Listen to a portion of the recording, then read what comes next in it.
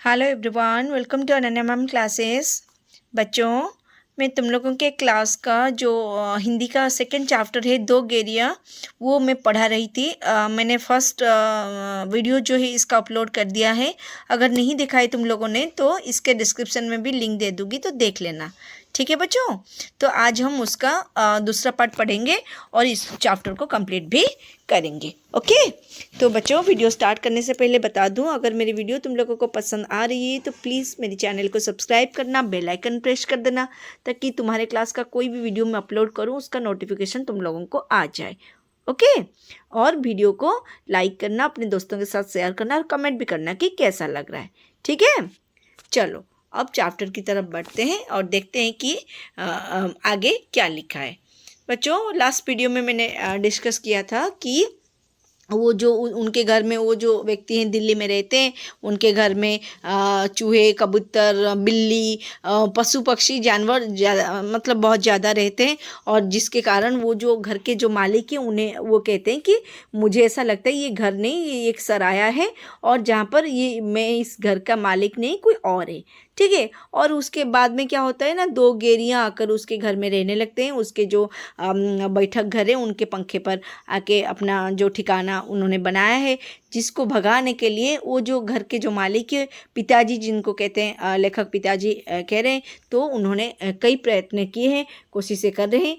तो यहाँ तक ही हमने पढ़ा था, आगे हम देखते हैं। ठीक है, देखो, पिताजी ने फिर लाठी उठाई और गेरियों पर हमला बोल दिया। फिर से वो तो बहुत ही मतलब जंप कर रहे थे, मारने की उन्हें कोशिश कर रहे थे, वो भी भागे जा रहे थे, ऐसा हो रहा था। फिर पिताजी ने क्या किया, फिर से लाठी उठाई और गौरियों पर हमला कर दिया, हमला बोल दिया। ठीक है, एक बार तो झूलती लाठी माँ के सिर पर लगते लगते बची। मतलब वो नॉन स्टॉप वही किए जा रहे हैं कि लाठी मार रहे है ना, लेकिन वो तो जा नहीं रहे, उल्टा चींचा कर रहे हैं। अगर जा भी रहे तो फिर से वापस आ रहे है ना।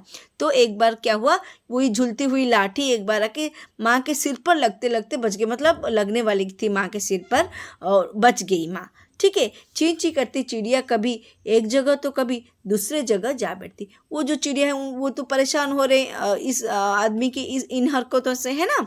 तो वो क्या कर रहे हैं ना, एक जगह से जाकर दूसरी जगह बैठ रहे हैं, यही सब कर रहे हैं वो।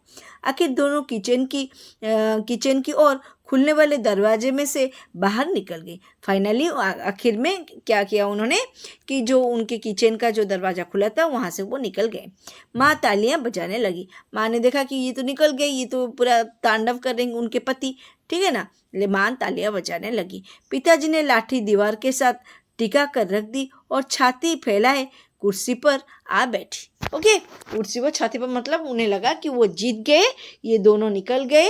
उन्होंने लाठी को दीवार पर रखा और छाती फैलाए हुए आकर एकदम प्राउडली आके बैठ गए। ठीक है, आज दरवाजे बंद रखो, उन्होंने हुक्म दिया कि आज जो है तुम दरवाज़ा बंद रखो। एक दिन अंदर नहीं घुस पाएंगे तो घर छोड़ देंगे। अगर वो एक दिन नहीं आए घर को भूल जाएंगे और घर को क्या करेंगे ना, छोड़ देंगे। तभी पंखे के ऊपर से ची ची की आवाज़ सुनाई पड़ी। तभी क्या हुआ ना, पंखे के ऊपर से ची ची की आवाज़ सुनाई पड़ी और माँ खिलखिलाकर हंस दी। मतलब वो फिर से वापस कहीं से वो फिर से वापस आ गए। मैंने सिर उठाकर ऊपर की ओर देखा, दो गेरियां फिर से अपने घोंसले में मौजूद थी।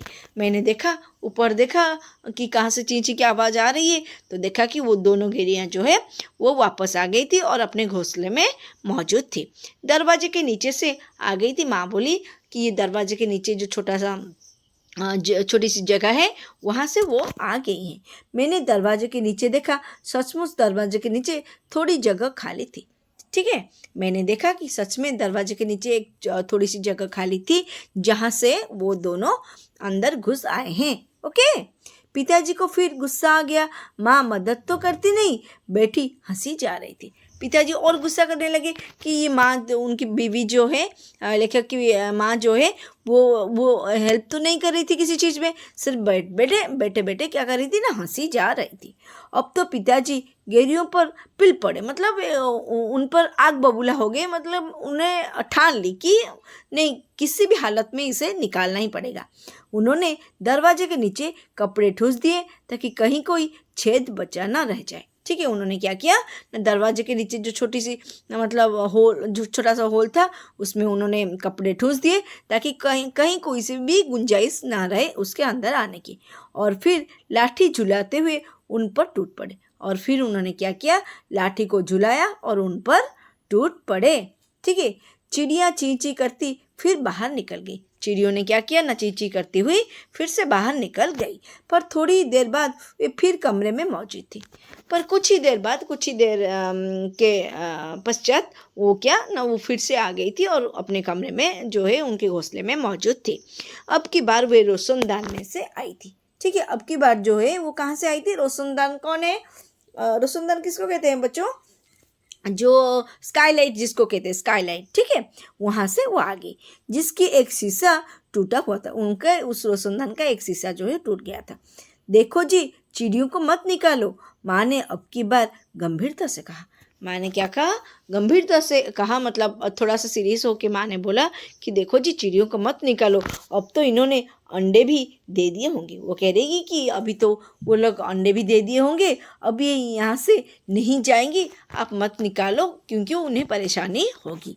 क्या मतलब, मैं कालीन बर्बाद करवा लूँ? कालीन मतलब क्या जानते हो, कारपेट जो घर में बिछाते हैं ना, चारपाई, कारपेट, ठीक है ना, उसको कालीन भी बोलते हैं। कालीन बर्बाद करवा लो, मतलब वो अगर मतलब ऊपर बैठेंगे, नीचे कारपेट पड़ा हुआ है, तो वो जब मतलब जो टॉयलेट करेंगे, वो करेंगे, जो भी करेंगे, वो गंदे हो जाएंगे ना। तो वही वो कह रहे हैं कि मैं कालीन बर्बाद कर लूँ। पिताजी बोले और कुर्सी पर चढ़कर रोशनदान में कपड़ा ठूस दिए। ठीक है, कुर्सी पर चढ़कर उन्होंने क्या किया, जो रोशनदान से वो आए थे उसके अंदर भी कपड़ा उन्होंने ठूस दिया।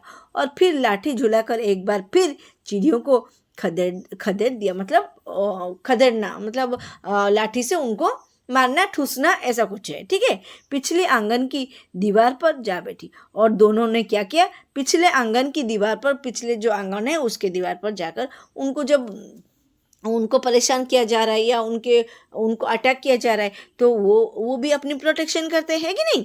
तो पिछले आंगन की दीवार पर वो जाके बैठ गए। इतने में रात पड़ गई। हम खाना खाकर ऊपर जाकर सो गए। इतने टाइम में क्या हुआ ना, रात हो गई। हमने क्या किया ना, रात जाके खाना खाकर सो गए। हम जाके सो गए।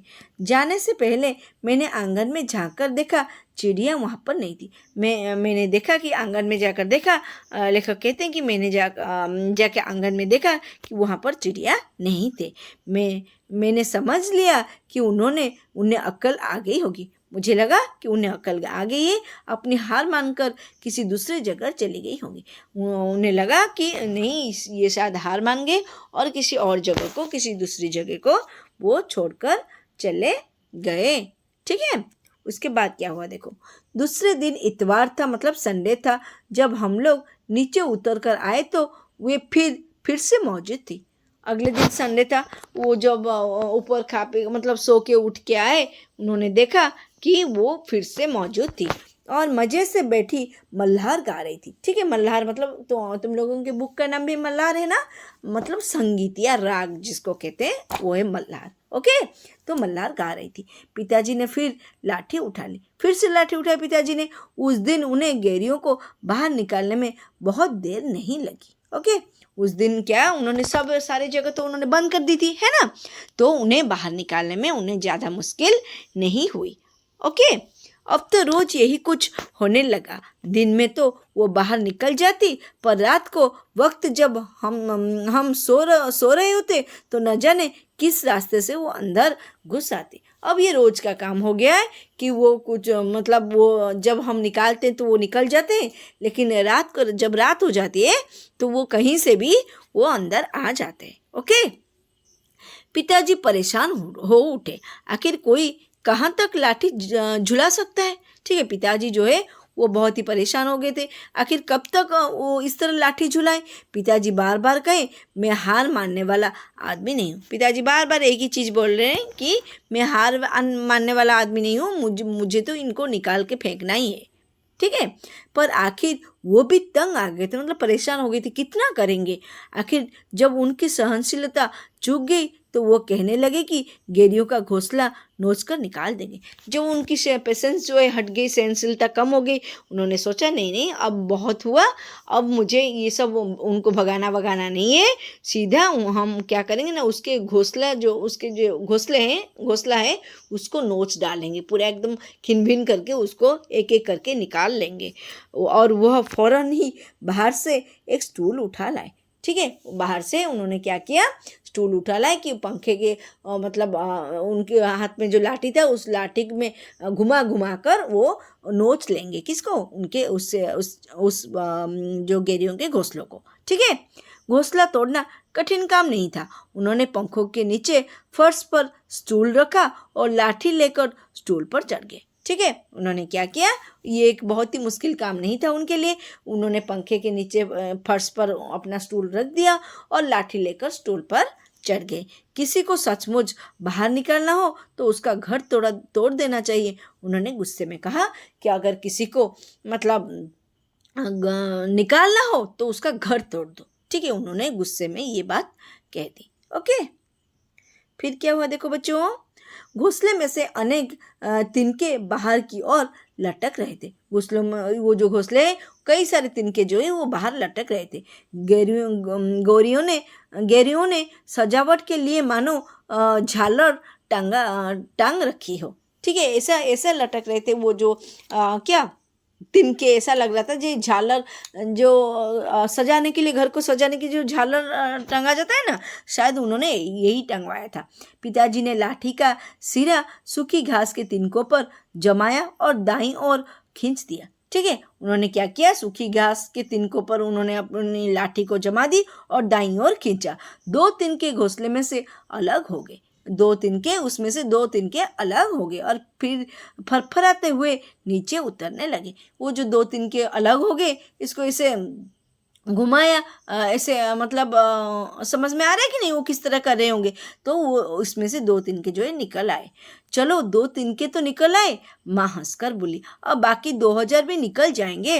माँ मजाक करके बोल रही है कि 2 तिनके तो मतलब 2 तो बहुत कम है ना, तिनके तो बहुत ज़्यादा होंगे, तो 2 तिनके तो निकल आए, बाकी 2000 निकल भी जाएंगे। ठीक है, तभी मैंने बाहर आंगन की ओर देखा और मुझे दोनों गेरियाँ नजर आई। तभी लेखक कहते हैं कि मैंने क्या किया, बाहर आंगन में देखा और 2 गेरियाँ मुझे नजर आई। दोनों चुपचाप दीवार पर बैठी थी। ठीक है, पिताजी की ये हरकत से वो भी परेशान हो गए थे और वो कुछ नहीं कर पा रहे थे और वो दोनों क्या कर रहे थे ना, दीवार पर बैठी थी। इस बीच दोनों कुछ दुबला हो गई थी, मतलब कुछ दिन से वो जो परेशानी उनके जीवन में आया था उससे वो बहुत ही दुबला दिख रहे थे। कुछ काली भी पड़ गई थी, मतलब उनके चेहरे में जो रौनक होना चाहिए वो नहीं था। अब वे चहक भी नहीं रही थी, जितना मतलब वो चहक कर रहे थे वो अब नहीं था। अब पिताजी लाठी का सारा घास के तिनके के ऊपर रखकर वहीं रखे घुमाने लगे। ठीक है, अब पिताजी ने क्या किया, पिताजी लाठी का सिरा मतलब लाठी का जो एंड का पार्ट है घास के तिनकों के ऊपर रखकर उसे क्या करने लगे ना, घुमाने लगे, जैसे कि ये सारे तिनके घूम घूम कर लाठी में लग जाए और उसे वो खींच ले। ठीक है, इससे घोंसले के लंबे लंबे तिनके लाठी के सिर के साथ लपेटने लगे। जो लंबे लंबे तिनके थे वो लाठी के साथ क्या हुआ ना, लपटना शुरू हो गया। वे लपटते गए और घोंसला लाठी के इर्द गिर्द खिंचता चला आने लगा। ठीक है, तो वो लपटते गए और जिसके चलते मतलब वो तिनके सारे लपटते गए और उसके लाठी के इर्द गिर्द वो क्या हुआ ना, खिंचता चला आने लगा। फिर वो खींच कर लाठी के सिर के इर्द गिर्द लपेटा जाने लगा। ठीक है, लाठी के जो सिर के ऊपर से वो सारा मतलब लपट गया। ठीक है, सूखी घास और रुई के फाहे और धागे और तिगलियां लाठी के सिर पर लिपटने लगी। जो सूखे घास थे, जो जो भी सारी चीज़ें उस घोंसले में थी, वो सब लिपटने लगी। तभी सहसा जोर की आवाज़ आई, ची ची ची। तभी सहसा मतलब अचानक क्या हुआ ना, जोर की आवाज़ किससे कैसी आवाज़ आई ना, ची ची की आवाज़ आई। पिताजी के हाथ ठिठक गए। पिताजी के हाथ जो है मतलब ठिठकना मतलब क्या, मतलब थरने लगे उसके हाथ। ठीक है, क्या गेरियां लौट आई? ठीक है, उन्होंने मतलब रुक गए या अस्थिर हो गया। ठीक है, तो क्या गेरियां उन्होंने सोचा क्या गेरियां फिर से लौट आई? मैंने झट से बाहर की ओर देखा, नहीं, दोनों गेरियां बाहर दीवार पर गुमसुम बैठी थी। मैंने देखा कि नहीं, वो तो नहीं आए। वो एकदम चुपचाप होके वो देख रहे हैं कि उनका घर टूट रहा है, उनके सपने टूट रहे हैं, है ना। तो वो गेरियां क्या कर रही थी ना, बाहर दीवार पर गुमसुम बैठी थी। चींची चींची फिर आवाज़ आई। मैंने ऊपर देखा, पंखे के गोले के ऊपर से नन्ही नन्ही गेरियां सिर निकाले नीचे और देख रही थी और चींची किए जा रही थी। ठीक है, तो मैंने देखा कि ऊपर से पंखे के गोले के ऊपर से नन्ही नन्ही दो छोटे छोटे गेरियां वो क्या करे ना, सिर निकाले नीचे की ओर देखे। वो अपने छोटे छोटे गेरियां थे, मतलब अंडे फट गए थे और उसमें से बच्चे आ गए थे और वो छोटे छोटे बच्चे ची ची किए जा रहे थे। उन्हें लग रहा था कि उनके घर के ऊपर कोई मुसीबत आ चुका है, तो वो ची ची करे नीचे देखे जा रहे थे।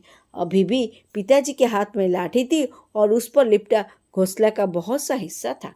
ठीक है, अभी भी पिताजी के हाथ में क्या था ना, लाठी और बहुत सारे घोंसले के तिनके उनके लाठी के ऊपर। नन्ही नन्ही दो गेरियां वे अभी भी झांके जा रही थी। वो जो नन्ही नन्ही गोरियां थी वो भी झांके जा रही थी और चींची करके मानो अपना परिचय दे रही थी, हम आ गई हैं, हमारे माँ बाप कहाँ हैं। ठीक है, और चींची करते हुए वो अपना परिचय दे रही थी कि मेरे माँ बाप कहाँ हैं, हम तो आ गए हैं, हमारे माँ बाप कहाँ हैं। मैं अबाक उनकी ओर देखता रहा। अबाक होकर मैं क्या कर रहा था ना, मैं उनकी ओर देखता रहा। फिर मैंने देखा पिताजी स्टूल पर से नीचे उतर आए। पिताजी ने क्या किया, स्टूल पर से नीचे उतरे और घोंसले के तिनकों में से लाठी निकालकर उन्होंने लाठी को एक और रख दिया। घोंसलों में से जो तिनके लगे हुए थे लाठी पर, उस सबको निकाल दिया और लाठी को एक और रख दिया और चुपचाप कुर्सी पर आकर बैठ गए। इस बीच माँ कुर्सी पर से उठी और सभी दरवाजे खोल दिए। माँ क्या की, माँ ने क्या किया कि माँ सभी दरवाजे को, माँ कुर्सी से उठ गई और सभी दरवाजों को उन्होंने खोल दिया।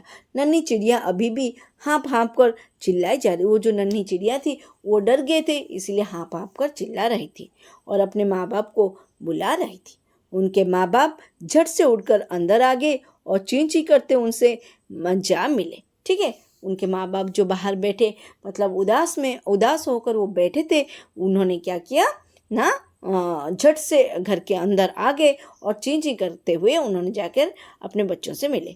उनकी नन्ही नन्ही चोंच में चुग्गा डालने लगी। ठीक है, खाना चुग्गा मतलब जो दाना है लेकर आए थे, डालने लगे। माँ, पिताजी और मैं उनकी ओर देखते रह गए। मैं, माँ और पिताजी हम सब उनकी तरफ देखते रह गए। ओके, कमरे में फिर से शोर होने लगा, पर अब की बार पिताजी उनकी ओर देख कर केवल मुस्कुराते रहे।